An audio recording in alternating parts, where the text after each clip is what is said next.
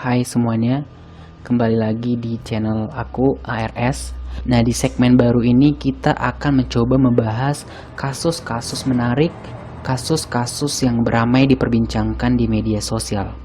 Nah, pada kesempatan kali ini kita akan membahas mengenai salah satu kasus yang sangat ramai, yang sebenarnya kasus ini sudah terjadi di beberapa tahun lalu, tapi akhirnya kembali ramai dibicarakan saat ini. Kasus ini dikenal dengan kematian Aksena. Sebelum jauh melangkah ke videonya, jangan lupa untuk like, komen, dan subscribe, dan jangan lupa share video ini ke teman-teman kalian. Pada tanggal 26 Maret 2015, jasad Aksena Ahad Dori 19 tahun ditemukan mengapung di Danau Kenanga, Universitas Indonesia. Aksena yang biasanya dipanggil Aceh adalah mahasiswa jurusan Biologi, Fakultas Matematika dan Ilmu Pengetahuan Alam UI angkatan 2013. Nah, seperti diberitakan di media, mahasiswa asal Yogyakarta ini termasuk mahasiswa yang pandai, tapi ia sempat merasa kecewa karena sebagai juara Olimpiade Biologi Regional tidak didelegasikan untuk berkompetisi di tingkat nasional. Pemeriksaan awal oleh Polresta Depok, Aksena diduga bunuh diri karena depresi. Polisi mengacu fakta cerita kekecewaannya yang diutarakan Aksena kepada ibunya dan memo yang ditemukan di kamar kosnya. Nah, dugaan ini didapatkan setelah Polresta Depok memeriksa 15 orang saksi. Namun ternyata teman-teman Aksena dan keluarganya tidak percaya begitu saja jika Aksena bunuh diri. Hingga akhirnya kasus ini diambil alih oleh Bareskrim Polri dan penyelidikannya diserahkan kepada Polda Metro Jaya. Nah, berikut adalah runtutan kejadian tewasnya Aksena. Pada Kamis 26 Maret 2015, peristiwa ini awalnya terungkap saat aparat kepolisian mengangkat sosok mayat pria di danau yang terletak di sisi utara Balariung Universitas Indonesia, Depok, Jawa Barat, di tengah guyuran hujan yang sangat deras. Tak ada identitasnya. Mayat ini pertama kali ditemukan oleh seorang mahasiswa pada pukul 9 waktu Indonesia Barat. Setelah dilaporkan, polisi pun mengevakuasinya. Korbannya menggunakan sepatu kets warna hitam, celana jeans kelabu, dan kaos putih. Korban diduga sudah beberapa hari tewas. Ada batako atau batu yang terikat di tubuh korban. Nah, kemungkinan besar ia diduga sengaja ditenggelamkan. Tapi ada bekas kekerasan benda tumpul di kening korban saat itu. Selanjutnya pada Selasa 31 Maret 2015, which is 5 hari setelahnya, setelah diselidiki, mayat itu ternyata seorang mahasiswa UI dari jurusan Biologi Fakultas MIPA. Nah, di mana keterangan ini akhirnya didapatkan dan dikonfirmasi oleh pihak Universitas Indonesia. Pada Jumat 15 Mei 2015, polisi kemudian mencari jejak pembunuh Aksena, namun mendapati kendala seperti TKP dan jenazah yang tidak lagi steril pada saat itu. Nah, di situ polisi mengakui bahwasannya mereka kesulitan untuk menguak kasus ini. Sehingga pihak kepolisian mengungkapkan bahwasannya barang bukti masih sangat minim, kesaksiannya juga nggak ada. Sehingga dalam kasus ini mereka terhambat alat bukti dan saksi.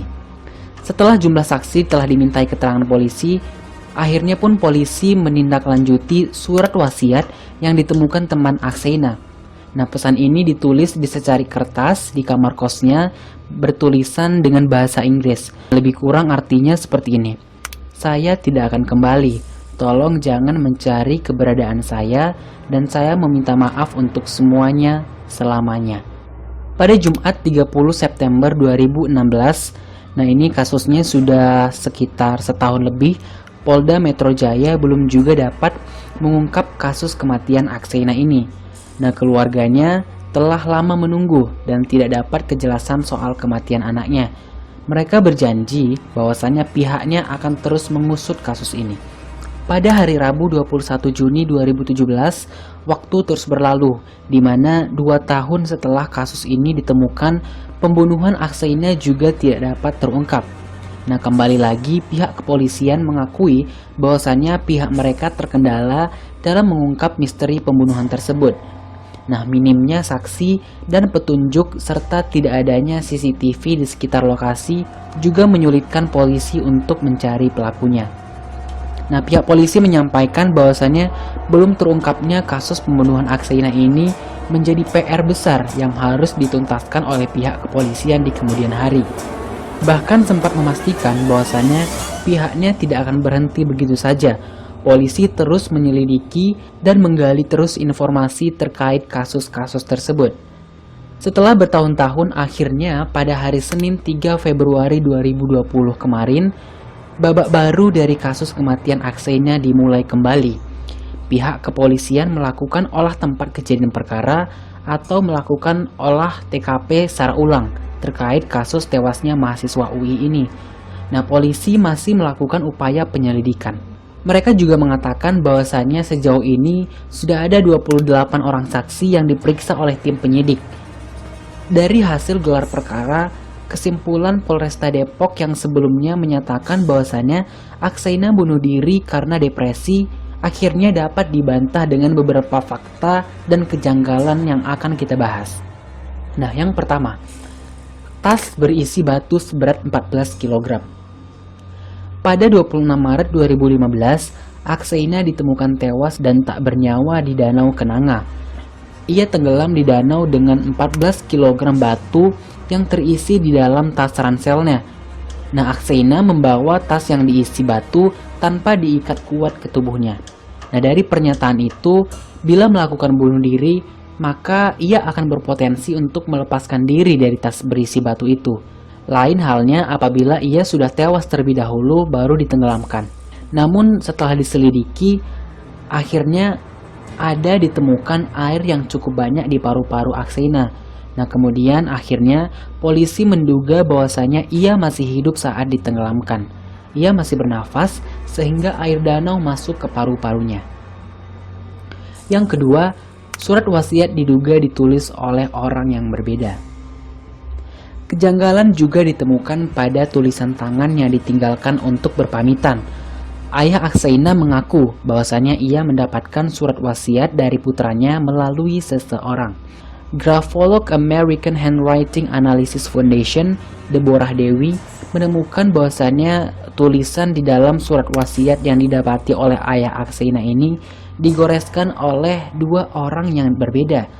Nah, sementara itu, Direktur Reserse Kriminal Umum Polda Metro Jaya pada saat itu mengatakan ada indikasi bahwasannya tulisan dalam surat wasiat Aksena ini tidak identik dengan tulisannya.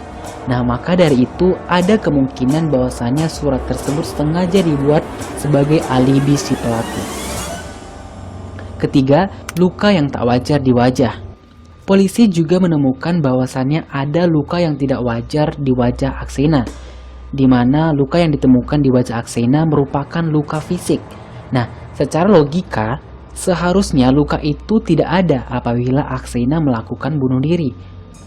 Sebelumnya, polisi juga pernah mengungkapkan bahwasannya ada sejumlah luka lebam di tubuh Aksena. Namun, dugaan saat itu adalah luka tersebut sebagai akibat gesekan atau benturan dengan batu bahkan benda-benda lainnya saat tubuhnya tenggelam di danau. Nah, saat itu kepolisian sudah melakukan gelar perkara ulang untuk kasus kematian Aksena. Hasilnya ada beberapa hal yang membuat kematiannya tidak wajar.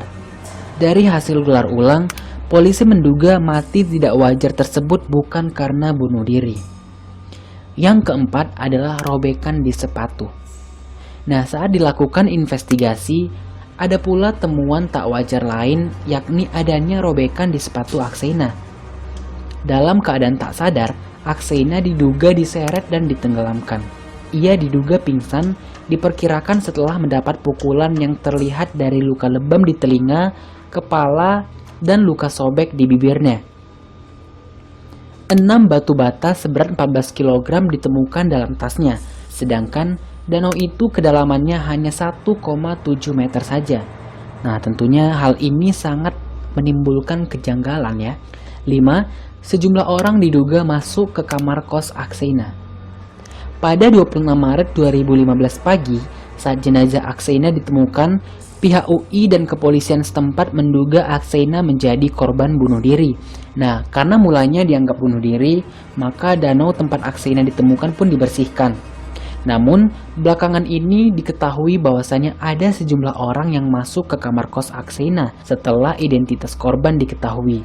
Beberapa hari setelahnya, barulah muncul dugaan Aksena tidak bunuh diri, tetapi dibunuh.